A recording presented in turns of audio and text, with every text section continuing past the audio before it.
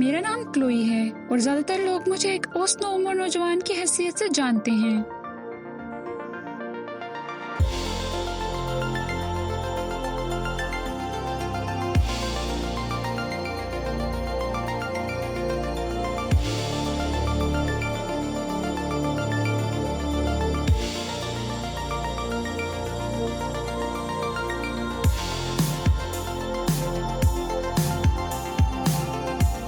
ये मेरी बड़ी बहन सोफी है।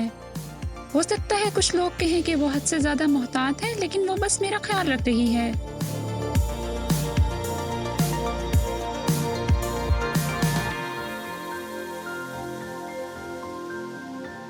क्या हैरान कुन बात है।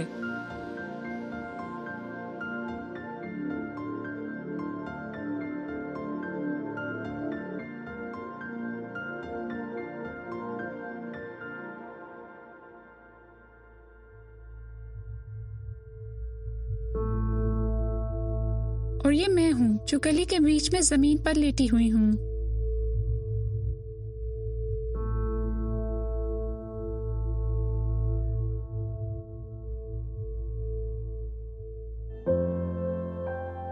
इसकी वजह कुछ भी हो सकती थी, कोई प्याला या किसी का गले लगाना भी, या वो मेज जिस पर मैं बैठी थी, या वो हवा जिसमें मैंने सांस ली थी। आपको मालूम है मुझे स्ट्रॉबेरी से एलर्जी है। स्ट्रॉबेरी की थोड़ी सी मिकदार भी मेरे लिए जहर है।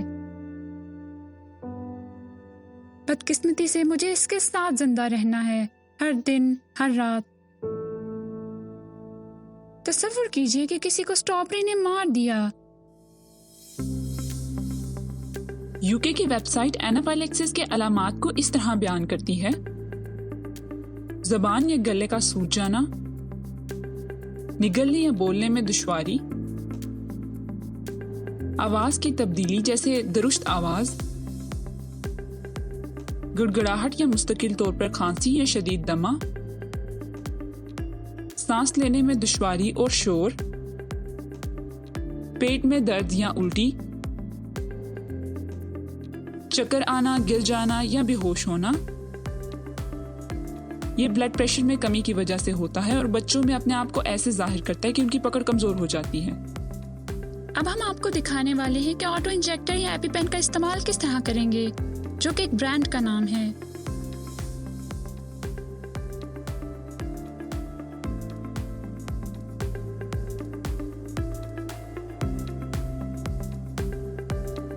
पहला मरहला, पुरसकून रहें और उनसे बातें करते रहें।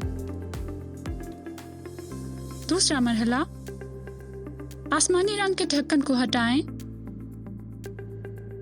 तीसरा मरहला, रान से 10 सेंटीमीटर के फासले पर रखें और जोर से दबाएं। चौथा मरहला, एपिपेन को उस जगह पर रखें। पांचवा मरहला, एपिपेन को हटाएं और इंजेक्शन की जगह को मालिश करें। छठा मरहला, 999 को कॉल करें और एम्बुलेंस के लिए दरखास्त करें। उनको बताएं कि आपके पास ऐसा मरीज है जिन्हें एनाफाइलेक्सिस की बीमारी है।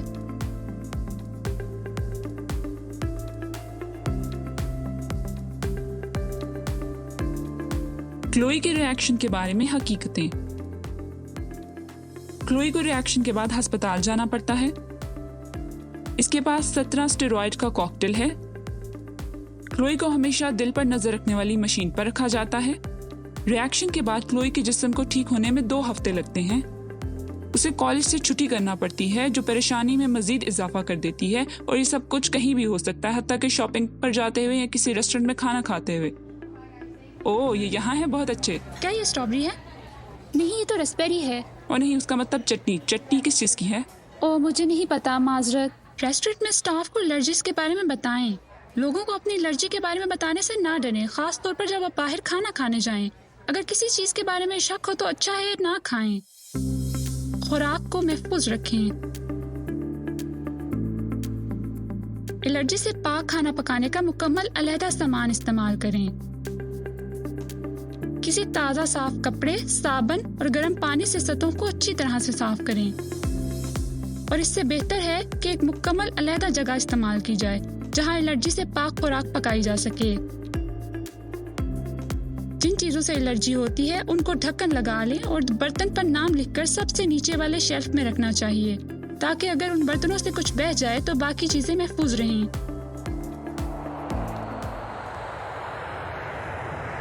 सफ़र करने में हमेशा दुश्वारी रहती है, इसलिए हम इस बात को अवलीन तरजीह देते हैं कि स्टाफ के किसी रुकन से बात कर लें, उनको एलर्जी की शिद्दत के बारे में बताएं, क्योंकि हमें नहीं पता होता वहाँ किस किस्म की चीज़ें फ़रोख्त की जाएंगी या दूसरे मुसाफिर अपने साथ क्या चीज़ें लाएंगे।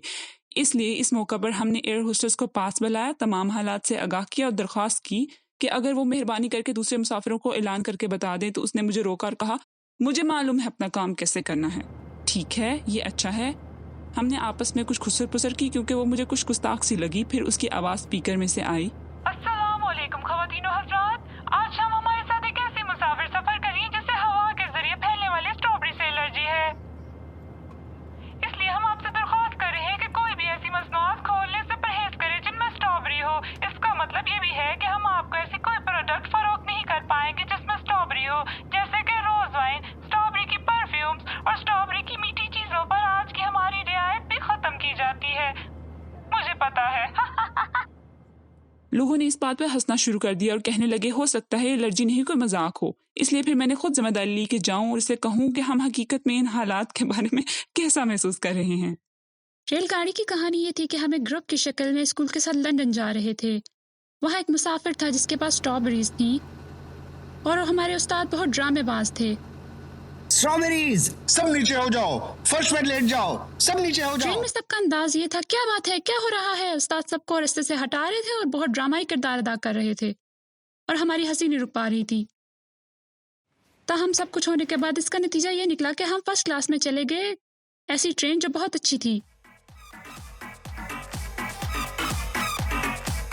मैं जब भी कभी बाहर पीने के लिए जाती हूँ तो मेरे साथ एलर्जी की फिक्र होती है। Hello carry.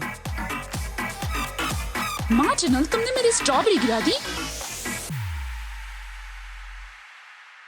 मैं तुम्हें जान से मार दूंगी।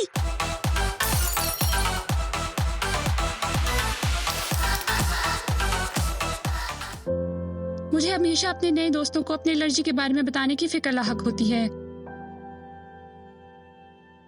मुझे ये फिक्र होती है कि लोग मेरे बारे में क्या कहेंगे। मुझे इस बात की फिक्र होती है कि कहीं मैं अपना ऐप ही पहनना भूल गई हूँ।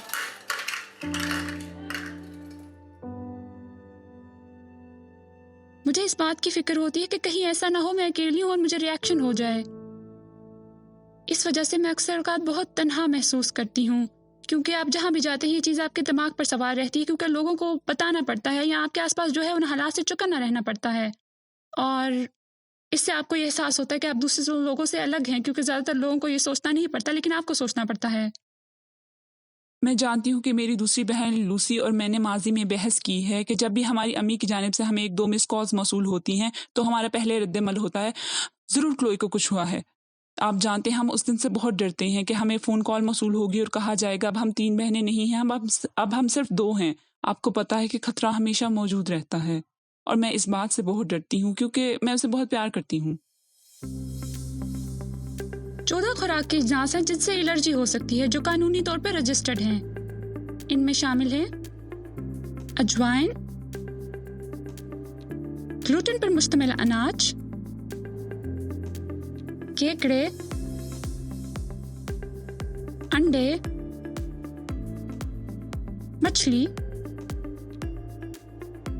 जिन्स लोपिन के पौधा का आटा, दूध,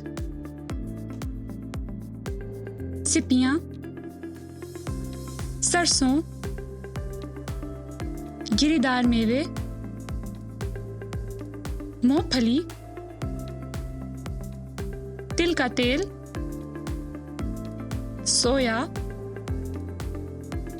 और सल्फर डाइऑक्साइड, जिसे बाज़ औक़ात सल्फाइड्स भी कहा जाता है।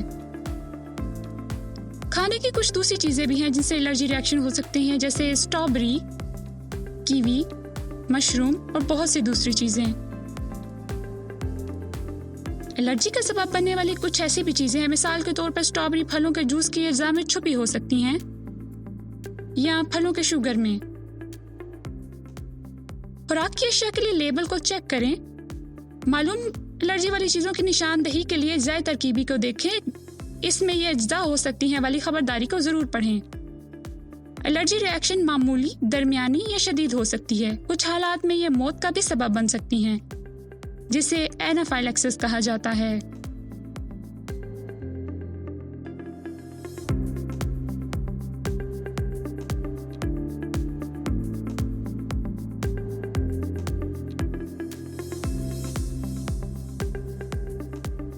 हर अस्पताल में 20,000 लोग एलर्जी की वजह से दाखिल किए जाते हैं, जिसमें से 8% तक बच्चों में साबितशुदा खुराक की एलर्जी है। सबसे आम एलर्जीज में शामिल है पोलन, दूध, गंदम, ग्लूटेन, मेवे, फल, अंडे। जिन लोगों को एलर्जी होती है वो अपना रिएक्शन कुछ मिनटों में भी जाहिर कर सकते हैं या खाने के 2 घंटों तक। कुछ लोगों में एलर्जी होने का इम्कान इसलिए ज्यादा होता है कि यह मर्ज उनके खानदान में चला आ रहा होता है। लड़कों में विरासत में मिलने वाली एलर्जी से मुतासिर होने का इम्कान लड़कियों से ज्यादा होता है।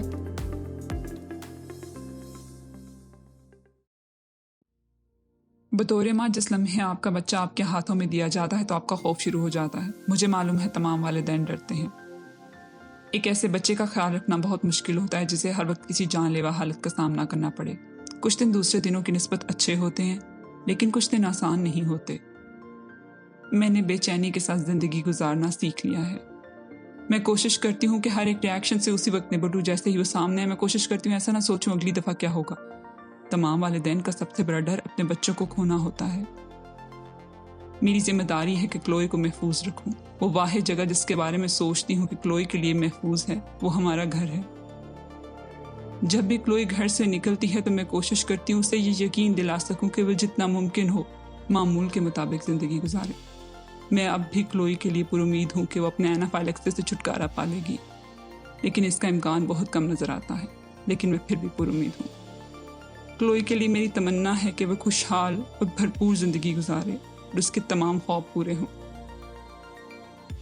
क्लोई के लिए मेरी ख्वाहिश है कि वो महफूज, सेहतमंद रहे और लोग उसके हालात को समझें और पूरी ज़िंदगी उन हालात में उसकी मदद करें।